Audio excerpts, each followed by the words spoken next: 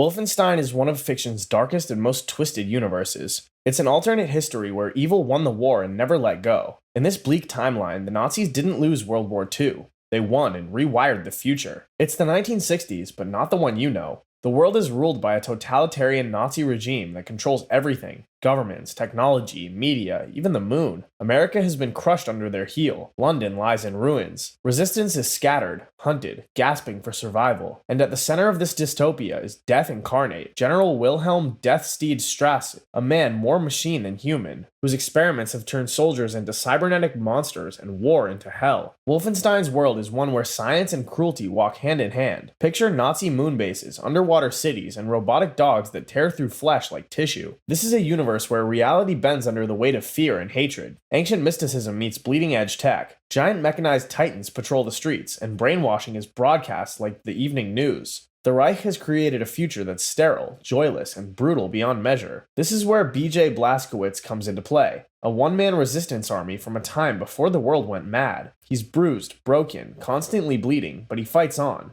Because in this world, to fight is to hope. Armed with nothing but grit, heavy firepower, and a jaw clenched tight with fury, Blazkowicz tears through fortified bunkers, secret labs, and horrifying test facilities, killing his way through the regime in hopes of lighting a spark that might someday become a flame, but the cost is high. In this world, no victory is clean. Friends die and lovers are lost. Whole cities are sacrificed for inches of progress. For every Nazi he takes down, another monster rises in its place. The resistance is always outgunned, always outnumbered, always one wrong step away from extinction, and the choices are soaked in blood.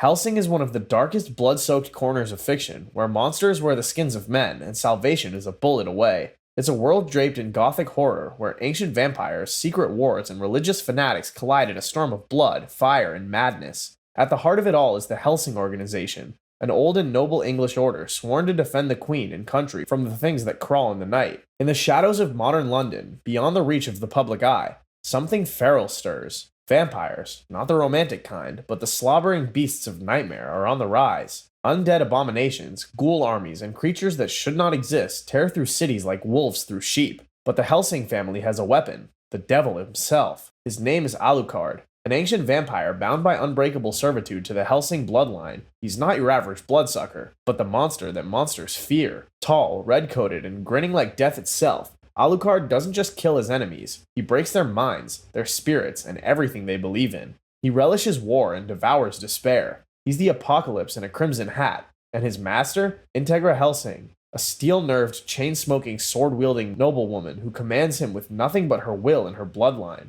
She's surrounded by zealots and fanatics, but never once loses control. In a world that's gone mad, she stays sharp, always. Behind one curtain, the Catholic Iscariot organization, a brutal sect of Vatican warriors led by Father Alexander Anderson, fights to wipe out heretics with Hellsing included. Behind another, a neo-Nazi cult called Millennium, survivors of the Third Reich, who fled underground after World War II. And what have they been doing for 50 years? Creating an army of Nazi vampires. Thousands of them, each one a bloodthirsty soldier bent on creating a second, bloodier world war. Their goal is chaos, eternal war, and at their head stands Major, a smiling, rotund psychopath who loves war the way others love their children. As blood floods the streets and the world plunges into madness. But who is the real monster? The vampire who kills with joy? The priest who kills in God's name? Or the soldier who kills for the country? There's no mercy here, only ash, lead, and red mist. Inmames is one of fiction's darkest, most terrifying, and least forgiving universes. A place where reality itself is twisted, sanity is optional, and even time dares not behave. Long before memory had shape, before any creature spoke or crawled, the world of Inmames was forged from the screaming echoes of forgotten gods. No sun ever rose here, no moon ever watched over it. Inmames was born blind, lit only by the cold shimmer of alien stars that bled through a cracked sky like open wounds. This is a realm of shifting logic and corrupted life, where the land is alive, but not in a way you would ever want. Forests whisper your secrets back to you in voices that aren't yours. Oceans boil beneath glaciers of ash. Gravity is optional. Time is only real if you believe in it, and belief is dangerous here. Long ago, a civilization known only as the Veldath tried to tame Inmimes. They built massive obsidian cities, powered by thought and sacrifice. They bent the fabric of reality, mind and motion like ore, and fed it to colossal god engines that ruled the skies. But something screamed back. That something is now known as the mirror wake, a sentient phenomenon that twists perception and pulls entire cities into non-existence. To look into the mirror wake is to see every version of yourself dying at once and still walk away breathing. And so came the fall. The Veldath were consumed by their own creations. The cities now float, upside down and rotting, anchored only by memories. The machines remain, still humming with the dreams of their long-dead makers. The sky bleeds geometry, and nothing stays where it should. Not even your mind. Now those who remain are touched by the tear mark, a black wound forced across the soul. It grants the cursed a terrifying gift. They cannot die, but they cannot live fully either. Every death pulls them deeper into the fracture, a realm between worlds, where things crawl backward and names unmake themselves. Among the shattered plains and inverted mountains, beasts hunt for thought. The unfleshed, once priests who worship the silence at the end of time. The breathless choir who sing to no ears and walk without lungs. The architects of hollow joy who offer salvation if you let them rebuild your brain from the inside. The gods are gone, or worse, replaced, worn like masks by things that never should have existed. In this universe, every choice you make echoes across versions of yourself you will never meet. Do you bind the mirror wake, fusing your soul to a dying world in hopes of rebuilding it? Or do you embrace the tear and let images collapse into nothing, ending in eternal suffering? But beware, here even your memories can lie, and the thing wearing your face in the reflection, it might be you, or what you become if you lose.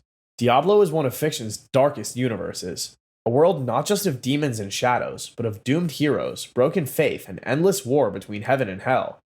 In the heart of it all is Sanctuary, a fragile world forged in secret by an angel and a demon named Inarius and Lilith, who grew weary of the eternal conflict, the endless war between the high heavens and the burning hells. Seeking refuge, they created a hidden world where neither heaven nor hell could reach them. They also created a new race, Nephilim, beings born from both celestial and infernal blood, more powerful than ever, and that was a mistake. The angels feared them, the demons craved them, and soon Sanctuary became a battleground, not just for survival, but for the very soul of creation. The power of the Nephilim was too great to be ignored, and war returned to this sanctuary with vengeance. Centuries passed, empires rose, fell, and were forgotten, but the war never ended. It only shifted. The prime evils involving Diablo, Baal, and Mephisto found their way into the mortal world, whispering into minds, corrupting the pure, raising armies of cultists, demons, and worse. Their goal was to turn humanity into weapons against the angels, and maybe even God himself. Diablo, the Lord of Terror, doesn't just kill, he infects by whispering your darkest thoughts into your own soul until you become the monster. He doesn't need to raise the dead, he makes the living beg for death. Every time he's banished, he returns stronger and more cunning. Meanwhile, heaven isn't what you think. The angels are not saviors. They debate, they doubt, and they fail. Tyrael, once an archangel of justice, cast off his wings to become mortal, because even he knew the high heavens were losing sight of what mattered. In the skies above, heaven closes its gates. Below, hell sharpens its claws. In the middle stands humanity, caught in a war that was never theirs, wielding power they were never meant to have. There's no prophecy, no chosen one, only you, wandering through villages swallowed by plague, cathedrals defiled by demons, and deserts where sand drinks the blood of heroes. You are a necromancer, a barbarian, a rogue, a sorcerer, or maybe something darker. Every victory comes with a cost. Every artifact you claim might doom you later, and every demon you kill might just be buying time for something far worse to arrive. Dark Souls isn't just dark, it's a place where hope goes to die. This is a world built on ash, where every step forward feels like crawling through a nightmare but refuses to end. It takes place in Lordran, a once mighty kingdom that now lies in ruins, shattered under the weight of a dying fire and the madness it left behind. But to understand how things got so grim, you have to go back, way back to when the world was still young and gray. Before fire, there was nothing but fog, stone dragons, and immortal beings who did not know light or dark or death. Then came the first flame, a spark that brought opposites into existence, heat and cold, light and dark, life and death. And from the dark corners of the world, 4 great beings found power within the flame. There was Gwyn, the Lord of Sunlight, who harnessed lightning to strike down the ancient dragons. There was the Witch of Izalith, who used fire to birth chaos. Gravelord Nito, the first of the dead, brought death itself into the world. And the furtive pygmy claimed the Dark Soul, a fragment that would echo through history in the most tragic of ways. With the dragons defeated, these lords ushered in an age of fire, a golden age of gods and heroes. but nothing lasts forever. The flame that gave birth to life began to flicker, and with it came darkness. The undead curse spread like a plague, marking the living with a dark sign, branding them with an unbreakable fate to die, rise again, and repeat until their minds broke and they became hollow. Cities fell, kingdoms rotted, heroes disappeared or went mad. The fire was fading, and no one could stop it. Gwyn tried. Desperate to keep the Age of Fire alive, he sacrificed himself and linked the flame with his own soul. It worked, but only for a time. The world kept crumbling, and the cycle kept turning. Now, as one of the cursed undead, you are thrust into this collapsing world.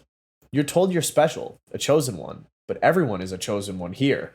Everyone is on a quest to break the curse, to relight the flame or end the cycle once and for all. Most of them fail. Most of them go hollow. You might too. The creatures that roam this land are twisted remnants of what came before. Stone knights frozen in duty, demons birthed from failed magic, dragons reborn in nightmare forms. There's the Abyss, a dark seeping force that consumes everything it touches, creating horrors like Manus, the primeval man, or Artorias, a noble knight broken by darkness. Even the gods are not what they seem. They lie, hide, manipulate. Some are long dead, others wish they were. The Lords of Cinder, powerful enough to link the flame themselves, either refused their calling or were dragged back to it. They are not heroes. They're broken legends, shambling corpses in armor, clinging to a destiny they no longer believe in. Your journey takes you through the crumbling bones of ancient kingdoms, each more decaying than the last. The undead-infested burgs, the haunted halls of Anor Londo, the poison-choked swamps of Blighttown, and the abyssal depths where the light has never reached. Everywhere you go, someone is whispering that the world is ending, because it is. The universe of Halo may begin with the flash of plasma fire and the roar of alien warships, but beneath the surface, it's one of the bleakest and most brutal visions of the future ever imagined. Humanity's not at the top of the food chain, not anymore. It starts in the 26th century. Earth still exists, but humanity has stretched far beyond it, colonizing dozens of worlds across the stars. You'd think this would be the age of peace and progress, but it isn't. The colonies are burning. The stars are bleeding, and the greatest threat to mankind isn't just alien, but divine. They call themselves the Covenant, a galaxy-spanning theocracy of advanced alien species united not by politics or peace, but by religious fanaticism. They believe in the Great Journey, a holy ascension promised by the mysterious Forerunners, an ancient race long extinct. To them, humans are heretics, an obstacle to their salvation. Their solution is annihilation. Planets fall like leaves in the wind. Cities are glassed, literally turned to molten glass by Covenant plasma. Billions are wiped out in minutes. You don't reason with the Covenant. You don't plead. You run or you fight. Then there are Spartans, humanity's last hope. Genetically enhanced super soldiers, stolen as children, trained in secret, broken and rebuilt into perfect weapons. They were never meant to save us. They were made to crush rebellions and keep the colonies in line. But when the Covenant came, the Spartans became something else entirely. Legends, monsters, saviors. And at the center of it all is John 1:17, known only as the Master Chief. He's faceless behind the green helmet, barely speaks, and never stops moving forward. He's not just a soldier, he's a ghost, an echo of humanity's desperation. But the Covenant is only the beginning. Deep beneath ancient worlds lie structures called halos, massive ring-shaped megastructures built by the Forerunners. At first, they look like paradise. Oceans, forests, mountains suspended in orbit, but the truth is darker. Halos aren't temples, they're weapons designed to wipe out all sentient life in the galaxy to stop something worse, the Flood. They're parasitic horror and biomass with a mind. They infect anything living, twist it into their image, and spread faster than an army. When the Forerunners discovered them, they realized the only way to stop the Flood was to starve them and erase all intelligent life, everywhere. That's what the Halos do. One activation and the galaxy goes quiet, and now they're waking up again. Throughout the Halo series, you're not just fighting for survival, you're walking through the graveyard of civilizations. Every Forerunner ruin, every data log, every alien relic whispers of a time when someone else stood at the edge of extinction and made the wrong choice. The question isn't whether the galaxy will fall. How long can you hold it off? You travel from dying planets to crumbling ring worlds, from blood-soaked swamps crawling with flood to the halls of mad AIs like 343 Guilty Spark, who call genocide a containment protocol. You see allies fall, with some betrayed, some consumed, some just broken by the sheer weight of war. Even Cortana, your AI companion, the voice in your ear, the one who called you her hero, succumbs to a kind of digital madness. In the end, even she turns on you, because in the Halo universe, nothing stays pure.